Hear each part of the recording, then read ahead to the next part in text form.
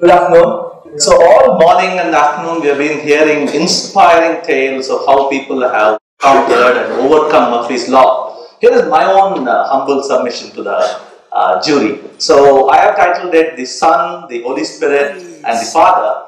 And there are three interesting stories where I encountered Murphy's Law not once, not twice, but thrice in my life, and how I kind of overcame it or sidestepped it. You can't overcome Murphy's Law. The Son, it's actually the story of my undergraduation at IIT. So I was a smart and hardworking young boy, like many of you here, I'm sure. First rank boy, I was called, class topper, every month, every annual exam I was the topper, I was the school topper, I was a hobby musician on the side, prize-winning essayist and popular orator, and in fact I even learned Hindi and Sanskrit at a time when down south people were frowning upon these Devanagari languages, and I was placed in the top 2% of the +2 board, and I feel it was top of the world when 129th AIR was my JEE rank in '89. I took electronics and communication like many of our friends, earlier speakers here did, and nothing can go wrong, right? So 1989 was the year, and I had no idea of the slump I was going to face very soon. Murphy's Law says if something can go wrong, it will. But there is an atrocious extension to Murphy's Law, many of you don't know. It goes, when something just can't go wrong, that's when it most certainly will. Right? So I started bunking classes, I failed courses. I don't know how many of you know this lingo. It's called cups in IIT. A cup is when you get a U grade. Right? I started collecting cups like nobody's business. I was rusticated from the institute. Right? The institute wanted to teach me a lesson. They said, stay away from the institute for a semester, as if that will help. And my girlfriend wanted to teach me a lesson. She dubbed me. Right? My father suffered a stroke and he never recovered from it. He passed away 2 years ago on this very day. I was kicked out of IIT. I was unceremoniously asked to leave with no degree or paper certificate to show for the years I had spent there. I even contemplated suicide. It became a family secret till today. I have never gone public talking about this. Sorry, all friends, relatives, others, to whom they don't really know what exactly happened in those years at IIT. But Murphy's Law's exponential gravity, actually, when the higher you rise, the harder the fall, right? That's exactly what happened.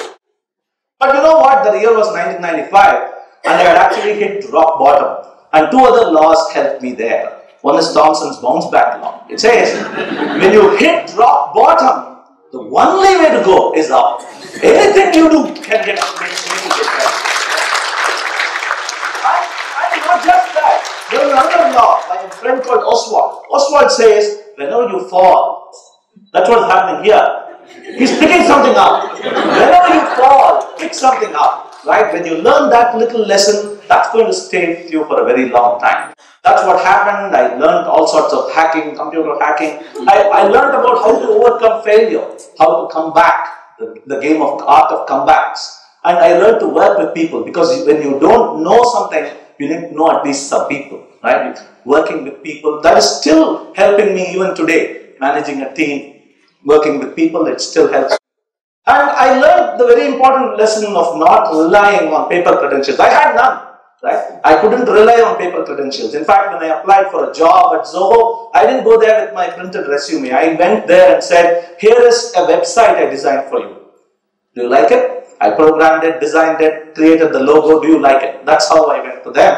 And I showed them a demonstration of a game, a PC game I had built, a vocabulary builder game. That's how I got into this famous company.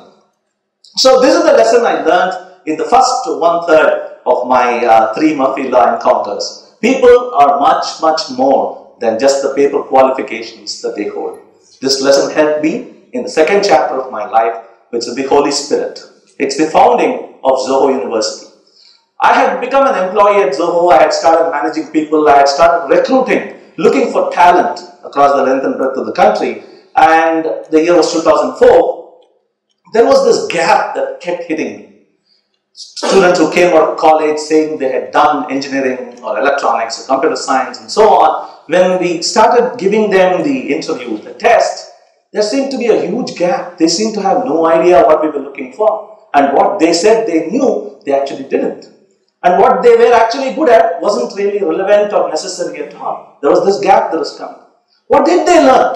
What were they taught? Were the questions that started coming in our minds when we started looking at these new applicants at our company.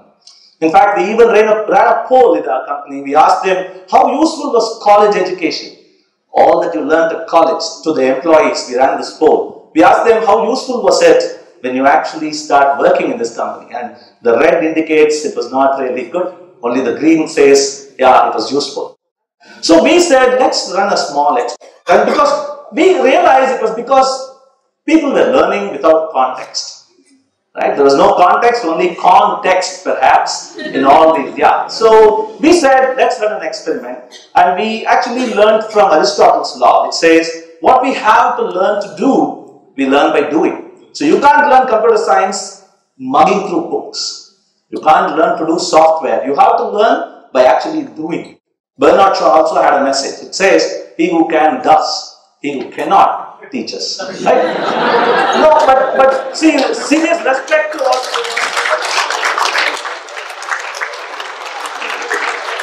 Serious respect to all teachers here, but the point is, if you are a software guy or a woman and you are looking for making good money, you don't actually sit down at a college and teach students. You go to that big MNC that's giving you a 7-figure salary.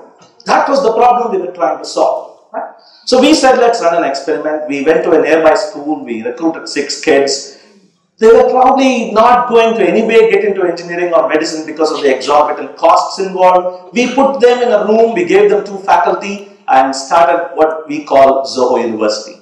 We just chose 3 subjects: English, software, and mathematics, basic mathematics. Right? Not the higher level mathematics, basic mathematics. And when I said we chose faculty, it's not we went to a college and recruited people. We actually looked at people within the company, good software engineers who were very good at what they did and also had the passion to share, to care and to pass on what they knew. Right? Passion for learning, but actually very good at what they did inside the company. The classroom was a very good place to learn, but also was Wikipedia, also was the flipped classroom, the videos of Khan Academy. Coursera, they were asked to sign up for online courses. They were asked to contribute to open source tools like GitHub, and they were asked to take up challenges of programming puzzles and challenges in sites like HackerRank. And most importantly, this is where the learning actually happened. This is the learning that's very hard to reproduce inside a sterile atmosphere of a college environment. The office corridors, right? The CEO walking by, the other managers walking by, the things that you osmotically absorb, right? The alumni network. Imagine every college, the alumni pass away and probably never come back. They pass out. But not so. Inside Zoho, Zoho University's 450 alumni still move around the place. It's a continuously growing, expanding alumni network. And the intranet, everything that the CEO posts in the intranet, the student is already an employee and hence can have access to the day-to-day challenges the company faces, to the roadmap, to the market watching that happens. That's the best way to actually learn. So 12 years later, it's no wonder then that Zoho is actually, we have launched 41 different batches in the past 12 years. That amounts to 450 plus graduates of Zoho University who are working inside Zoho. That's actually 10% of Zoho, right? Imagine 1 in 10 people who are employees of Zoho haven't seen the inside of a college, right? So the lesson learned in this encounter with Murphy's Law is, the best you can do, actually the only thing you can do to students is to immerse them in a learning environment and just watch the magic unfold. That's the lesson I learned. Moving on to the father, my son's freeschooling adventure. 2013 was the year I had already learned a lot at college, lessons, hard lessons at college.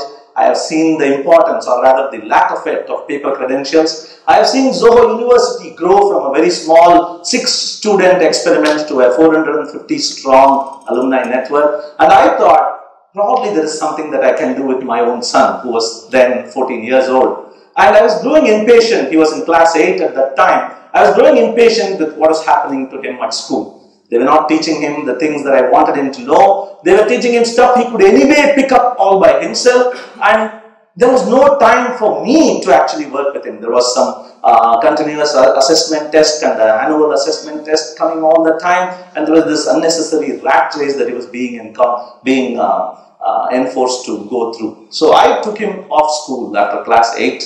I taught him English by watching news and movies with him together. I taught him biology from very famous TV programs and books written by people. I taught him physics from amazing people who knew the art of conveying very complex concepts in very simple, very lovable, pleasurable manner in terms of making it easy to understand. I taught him maths by giving him exposure to problem solving, the art of problem solving. Simple, basic maths, but the complexity is in the naughtiness, the twistedness of the problem.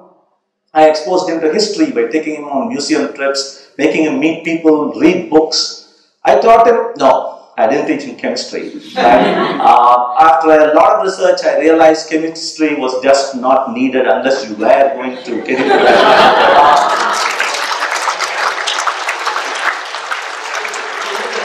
I can still remember hydrogen, helium, lithium, beryllium, boron, carbon, nitrogen, oxygen, fluorine, neon, sodium, magnesium, silicon, phosphorus, sulfur, fluor. Is it needed? Not needed. So I taught him programming by giving him exposure to programming. That's the only way to learn programming. I taught him software by watching blogs and articles written by amazing maestros of the domain. I taught him every little thing I taught him was contextual. I kept giving him examples of where he is going to use them. It was practical. I tapped into my friendship network and gave him mentorship, one-on-one connections with seniors, with people I knew, from whom he could imbibe not only concepts, but also the lifestyle, the personality of these people. I even tried teaching him game programming, because my secret passion is gaming, building amazing educational entertainment interfaces. I tried teaching him game programming. That's when Murphy came knocking. Murphy's first law of homeschooling says, whatever you know a whole lot about, your child will refuse to learn. But there's a second law to it which says, whatever you know nothing about, your child will desperately want to learn. Right? So these two are real challenges I faced. But he came to me one day and said, do you know about web code? I need to do penetration testing. What? I had no idea. And then I decided, okay, this is the time I have to cease to be a teacher and have to be a co-learner. I sat down with him, I learned with him. My aim was to just give him an environment so that he can look at me as company. Come, let me teach you something. Instead of, hey, I don't know this, teach me this. So finally, things got all settled down, and he became an employee at Zoho Corporation last week actually. He's an intern now at the application security team. But wait, there's one more law. Harvard law for attempted experiments says, under controlled conditions of pressure, temperature, volume, humidity, the organism will do as it damn well pleases. Right? So after all this, one fine morning my son comes to me and says, Dad, I want to try organic farming. This actually happened. And that's when I realized probably all this time I have been probably trying to make a mini me. Right? So I have been trying to achieve my own unfulfilled dreams by looking at him, do it. So once again I said, after all, right, Khalil Gibran has said, they come through you, but not from you. Right? You may give them your love, but not your thoughts, because they have their own thoughts. You may house their bodies, not their souls, for their souls dwell in the house of tomorrow. You may strive to be like them, but do not seek to make them like you. Khalil Gibran. So I said, okay, let me look back. 2003, he's doing his own thing. That's how he has learned everything. 2017, he's still doing his own thing. Let's just provide, right? Between 2003 and 2017, let's just provide that environment where he can learn by himself, try things out, make mistakes, bounce back, learn and move on. Right? If we can do that, that's the lesson I learned here. The only thing anybody needs to learn is how to learn. Everything else takes care of itself. With that, I come to the end, the unhappy son, the Holy Spirit, and the satisfied.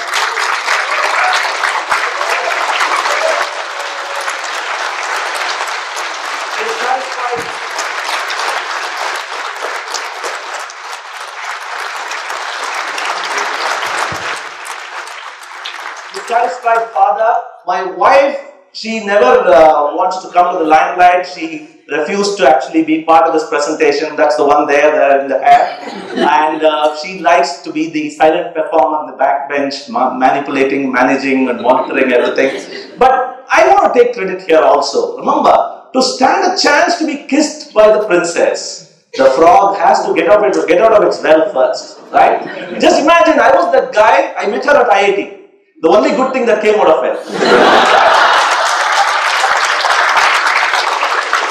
Imagine, rusticated from the institute, ejected from the campus, on the road, having nothing else. I went and said, "Will you be my partner for life?" Right? I stepped out of the well. She kissed me.